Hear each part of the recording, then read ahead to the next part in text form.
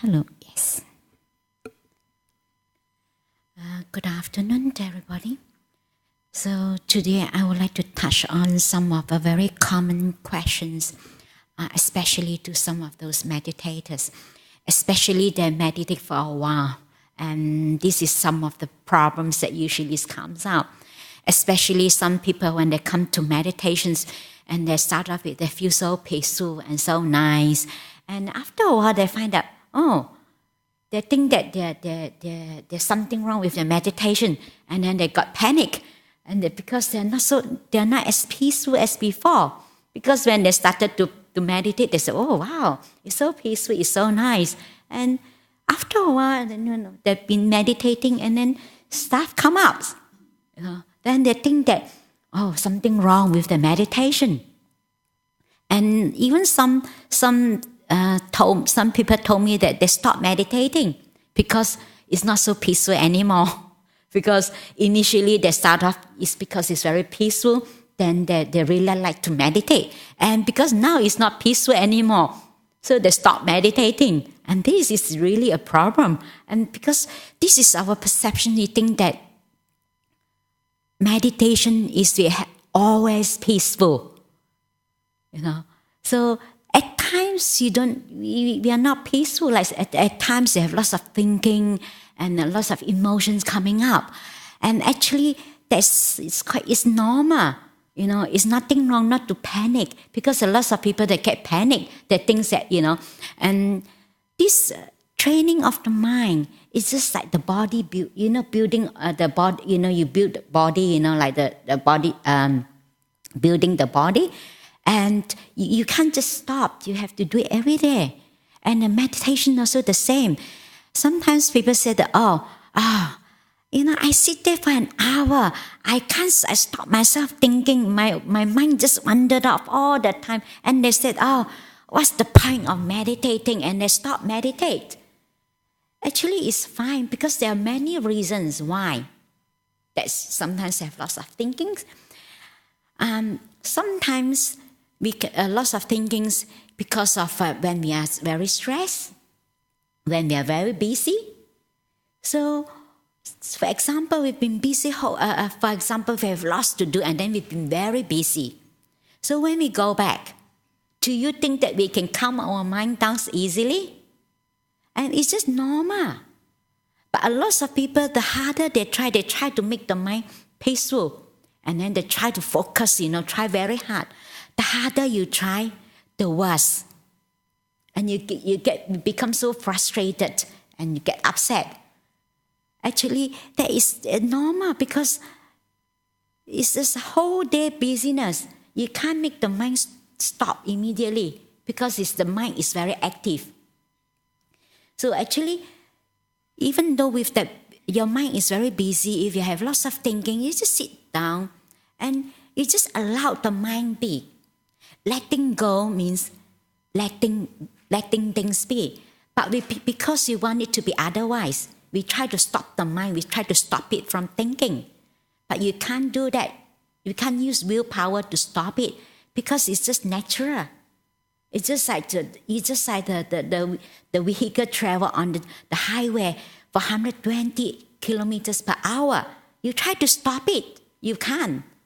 So we understand that. So actually you just sit there. It doesn't matter if the lots of thinking your mind is just keep wandering off. You just let it be, and just keep bringing the mind back, to your meditation object. And it doesn't matter if your mind, even you sit there for an hour, your mind can't focus. It doesn't matter. And you can see that even throughout the whole hour that you're sitting, your mind keep wandering off. But after an hour, you can feel the difference. Even with that, the mind can't focus, you still feel peaceful. You still feel, better than before. Your mind's still okay.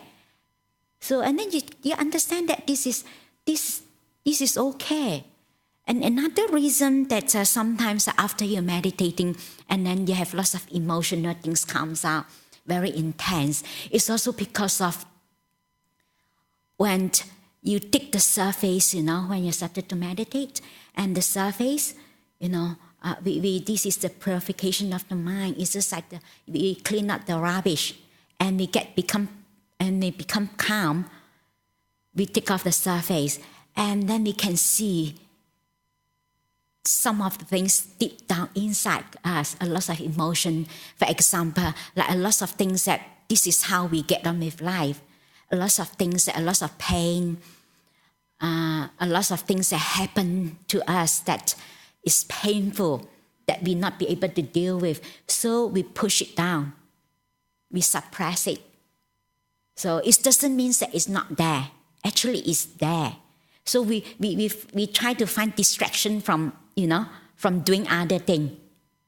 And this is a very common thing. For example, like for monastic, when they come into monastic life, because when you're outside, because we have a lot of outlets to distract our mind, we can, if in the world, you can go to, you just pick up the phone and can call your friend when you have something you don't feel good and something emotional, a very intense emotion come out, or a lot of fear, sometimes lots of sadness, and sometimes these anxieties and all this very intense emotion.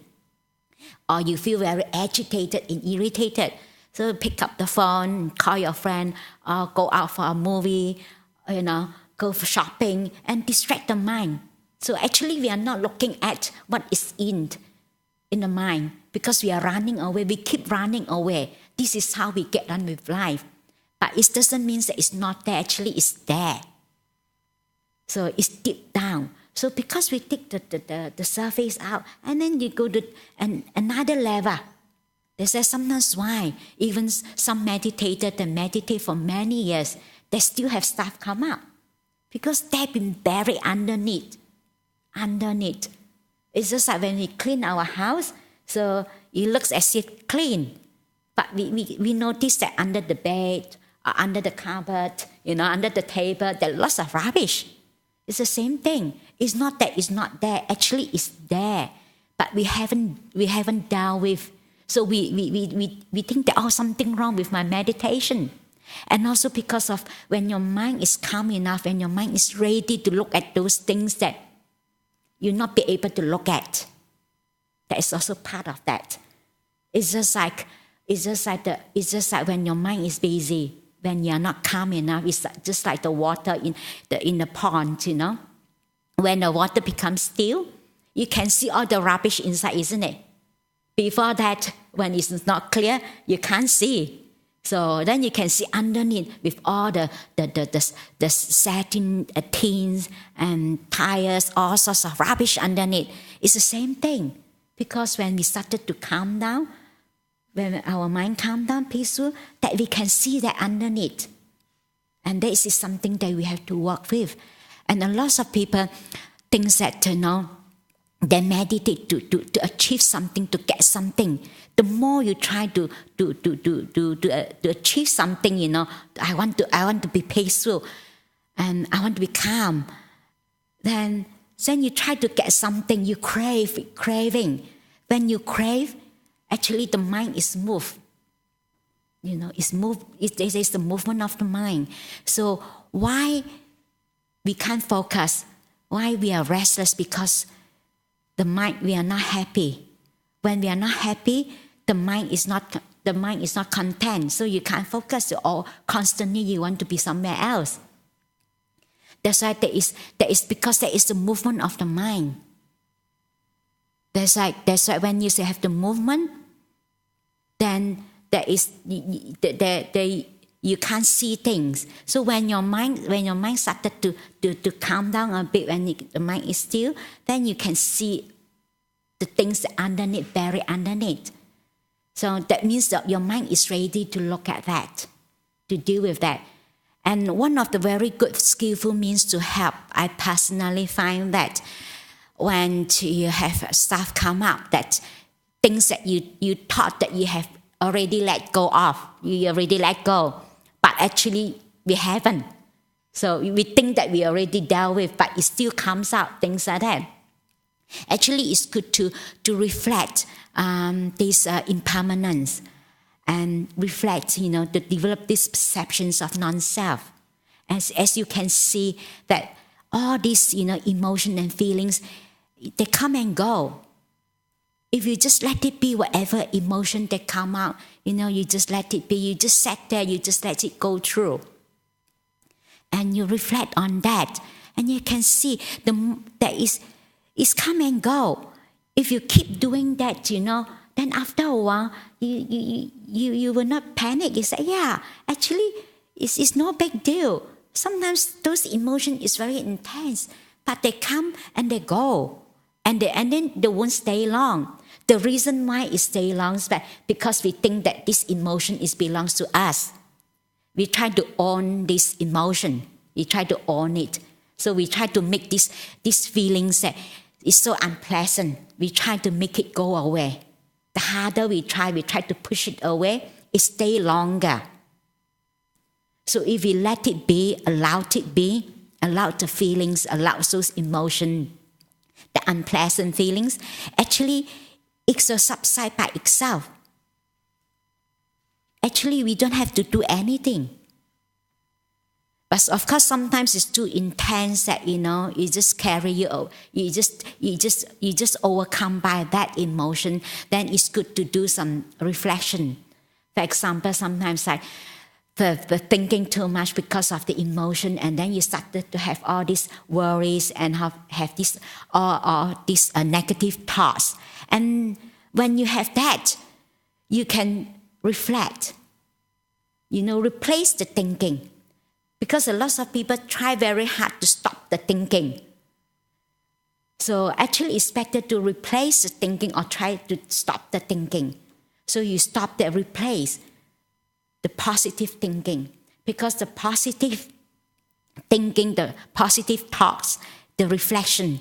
So when we do reflection, so that's why the Buddhists emphasize so much about this generosity, act of kindness.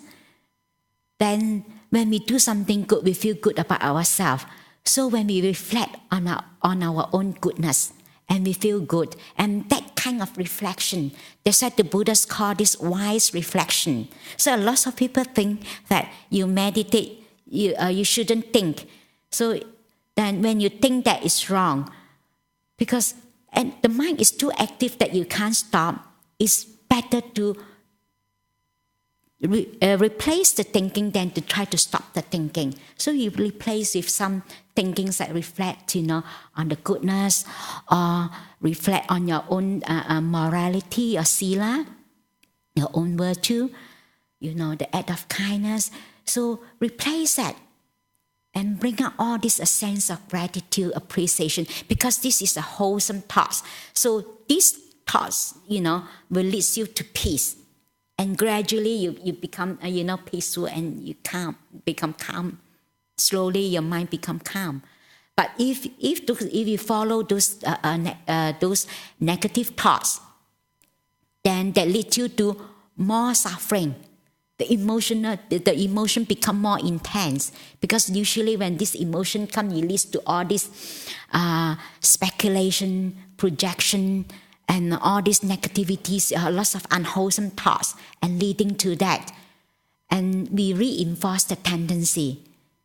So this is some of the skillful means that you can make use of. You can replace the thoughts, or if your mind is strong enough, you just let it be, just allow it, and just let it calm out, and just allow that feelings, unpleasant feeling, whatever feelings that you experience right now, you just let it be. And the more you do that, and you can really see that it's really impermanence. Even the most unpleasant feelings is not going to stay forever. So the more you do that, and whenever that emotion comes out, it stay shorter and it will not stay long. It subsides quite quickly. So you have to be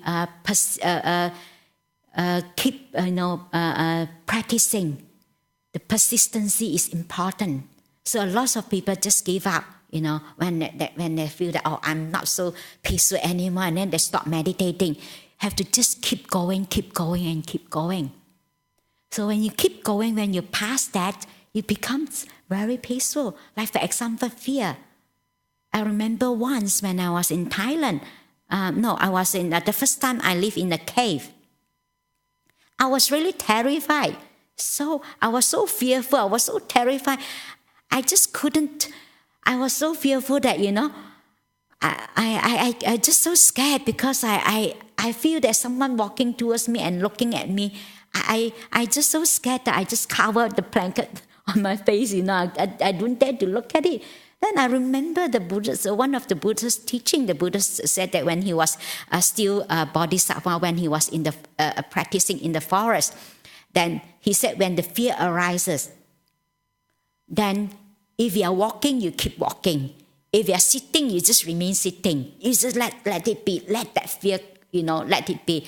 Or you are lying down, you keep lying down. Then that moment I was lying down. So I just remember that I just sit down there, I just lie down. I just let the fear, just let it be. And then becomes really come to the max, Oh, I was so fearful. And then after a while, that when it's come to the max, it just subsides. The fear is subside by itself. And the moment when the fear subsides, I was so peaceful. It's really peaceful. It's if you allow that, because the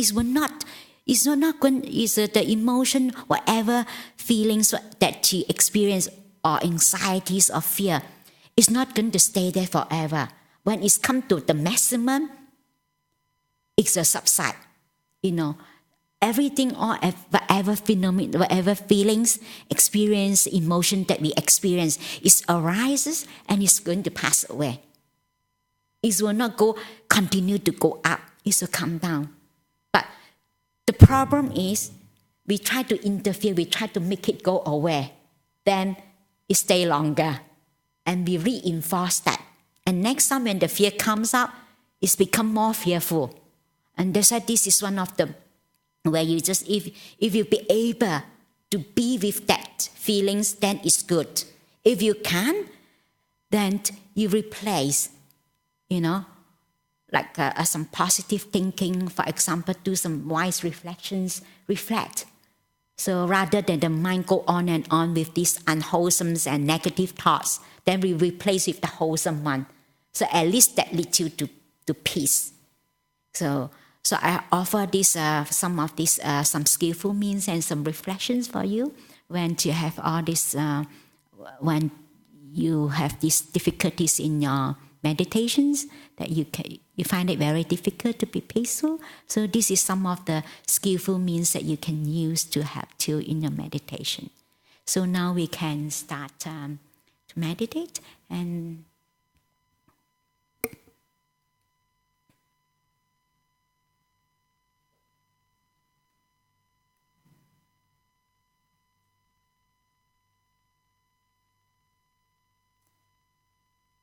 just choose a comfortable position, posture, as comfortable as you can.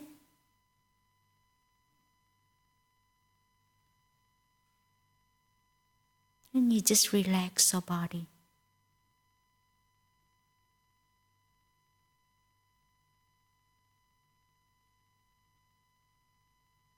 And you bring your awareness to this body and spend a few moments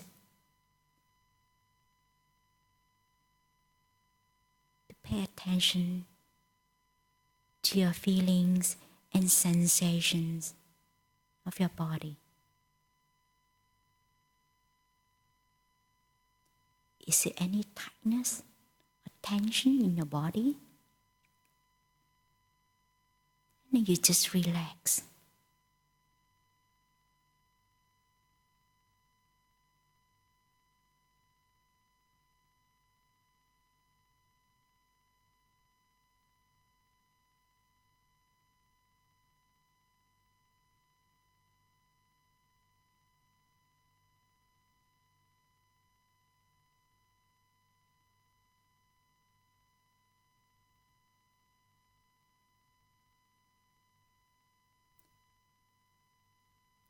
as your body feel relaxed, and you feel your heart started to expand, and you have a sense of it just open up.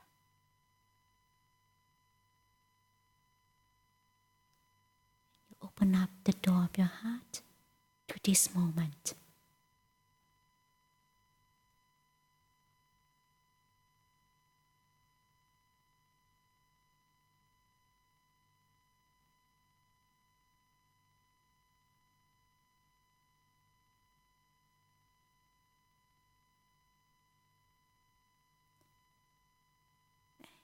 To allow the breath to come to you.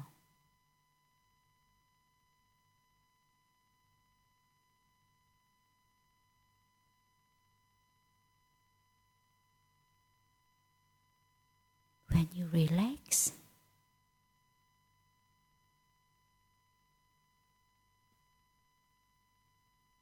the breath will naturally come to you. You don't have to go and look for the breath.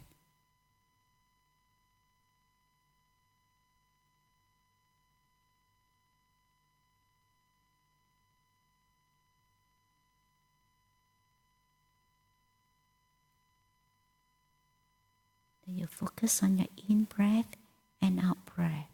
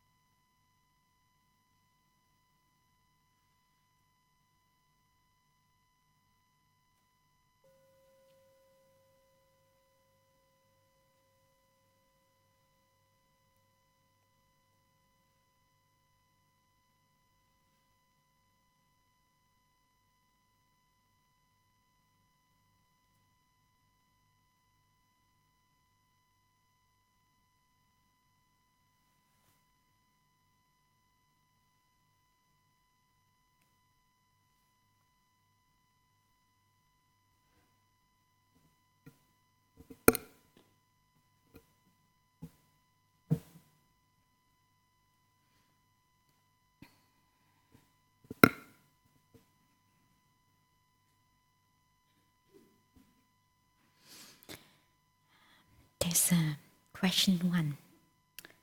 Dear Venerable Hasapanna, how do I deal with the tightening sensations around the head when I'm meditating? Sometimes when we are trying too hard, we feel tight because we try to focus. And actually it's happened to one of my friends. And we used to meditate together a lot and for retreat. And she's had very strong samadhi. So she be able to recollect her past life. So, and because her past life, she was a monk. So, and she wanted to finish off this life, like she wanted to attain, you know. And then the more she tried very hard. And she really meditated very hard. And because she wanted to break through, she wanted to attain. She said that she have enough. She want to finish up this life. It's enough dukkha. I don't want to be reborn. The more she craving for not to be, you know. Still craving, but it's so subtle that she can't see that.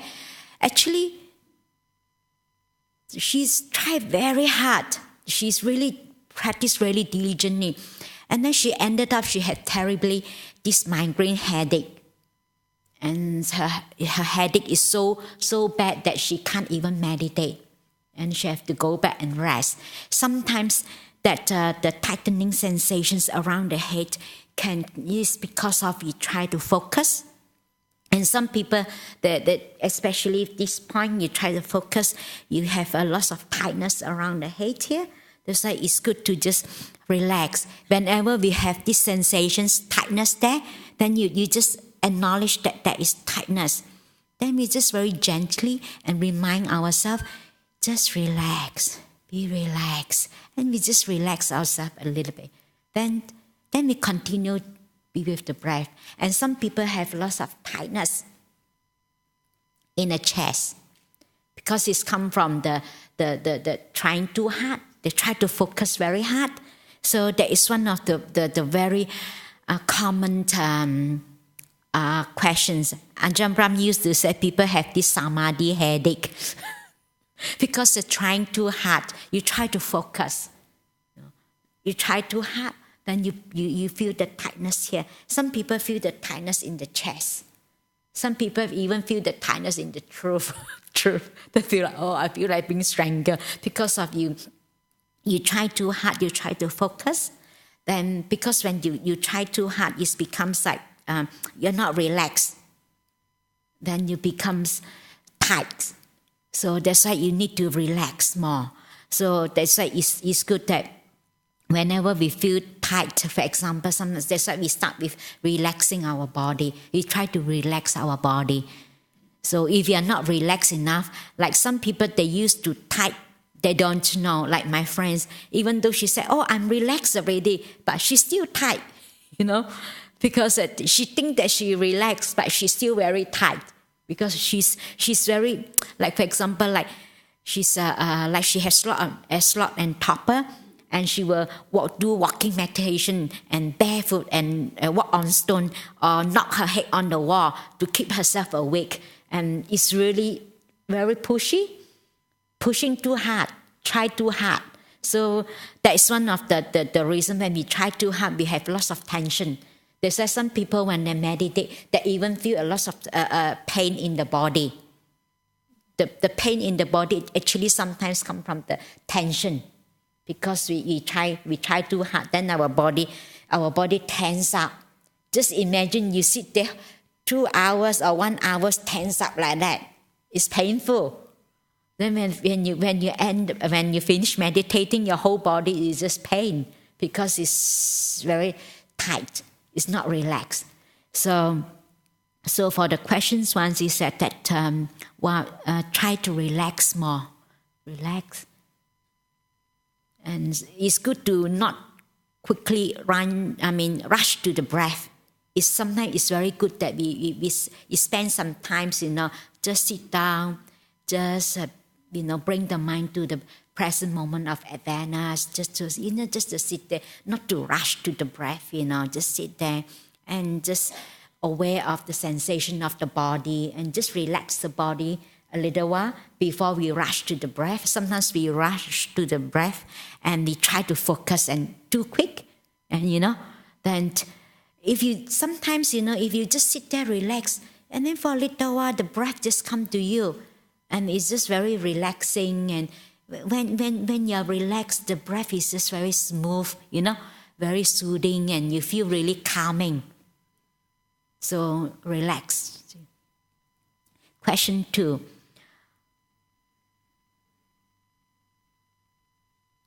So what are jhanas and why are they important in regards to meditations and Buddha's path of practice? The jhanas means that you are in the absorption, that you have temporarily suppressed or abandoned the 5 hindrances. The reason why it's important, because we are being clouded by the 5 hindrances, so we can't see things as they really are. So that is the mind is not clear. So because these 5 hindrances hinder the mind, the first one is desires, ill will, sloth and torpor, and restlessness and doubt. These 5. And because of this there, so then the mind have no clarity. Being is clouded. That's why the mind is not clear. That's why when we are in absorption, the mind is completely still. When your mind is still, you can see things clearly, isn't it? You try to see things while you're walking, isn't it? You have to stand still and look. You can see clearly what is there. The same thing, the mind, because the mind is just the mind is not still. So when we have abandoned these 5 hindrances, then you have these 5 jhanas factors. So the 5 jhana factors, like the last hindrances, that is the doubt. That is the first jhana factors is the antidotes for the 5th hindrances. The 5th hindrance, that is the first one is the applied thoughts. Because the last hindrance, because you have doubt, you are not sure, you not be able to apply the mind. You're not sure whether the breath, is it, and then you have doubt. You're not sure. So, but you be able to apply the mind, focus the mind onto the meditation object. You just stay there. So you have no doubt, you be able to apply. So then the second jhana factors, that is the antidotes for the 4th hindrance, that is the restlessness. Because the second one, so you be able to sustain. Because the mind, the 4th one, because the mind just restless. When someone restless, you want to go here and there, isn't it? You'll not be able to sustain. You'll not be able to stay. So you have these applied thoughts and sustained thoughts. Be able to sustain, to be able to stay. So that is the antidotes for that. So, and then this the 3rd hindrance, that is sloth and torpor. That is the 3rd jhana factors. That is the antidotes for the 3rd jhana factors. Antidotes for that. That is joy, raptures. Because sloth and torpor, that you have no energy. So when we have joy, we have energy. So that's the energy. So that is joy is the antidote for pity. That is the rapture is the antidote for the sloth and torpor. Then then they come to the fourth jhana factors. That is what to get pity and then sukha. That is happiness. So the happiness. Oh, sorry. Yeah. Then the happiness actually. The pity, sukha, happiness. Yeah. Then they come to applied thoughts, sustained thoughts, and pity and sukha and one-pointedness. So the fifth jhana factors is the antidote for the first one. The first that is the desires. Because the desires we keep wanting. When your mind wants something, so your mind is moving. So when your mind is moving, so you cannot be unified. That is one-pointedness. So that is the fifth one, the fifth jhana factors. That is one-pointedness. So that is applied thoughts, sustained thoughts, pity, sukha. Sukha that is the happiness that is for the second one because of the antidote for this ill will. That is a second hindrance. So that's why when we have abandoned the five hindrances, so you have these five jhana factors. So that's why it's important, because if our mind is not still, then when you come to jhana, that is completely still. When your mind completely still, you can see things. Only through, because when you still have the will, because the first jhana, the first hindrance, that is the desires, that is the last one to be able to abandon. That is the difficult, because we still craving, we want to exist. The sense of self is there. So when the sense of self is there, it's the mind is moving, the craving. So that is the movement there. So when that is completely still, the mind. So when we completely still, then we be able to penetrate into this three characteristics. That is, we can see that is impermanent, that is non-self, and it is suffering. And you be able to penetrate through this the Four Noble Truths, and you understand the law of karma. So without that clarity of the mind, you can't, because the mind is clouded, is being hindered by these five hindrances. That's why it's important to have this in regards to meditation and the Buddha's path of practice. Because when your mind is completely still, that is where the insight arises, where we develop this wisdom. So, and for example, like we don't have to reach that stage like absorption, like in jhanas. Like for example, when we are confused, when we are really not sure, and we try to solve things. So the more we try to resolve things, the more we try to think, and then we try to solve it. It's difficult, isn't it? The mind is just you can't.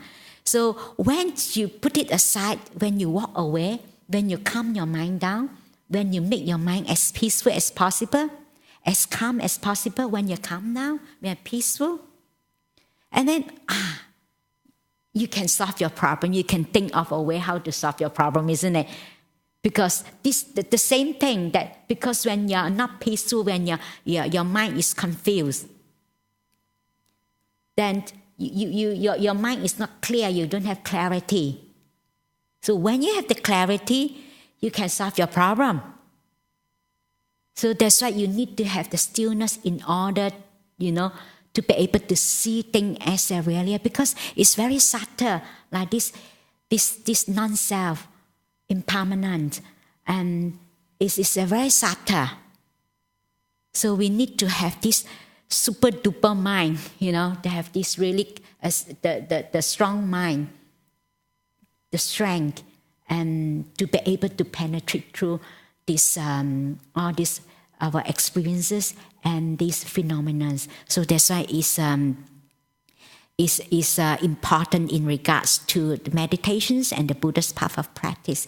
So any questions or comment?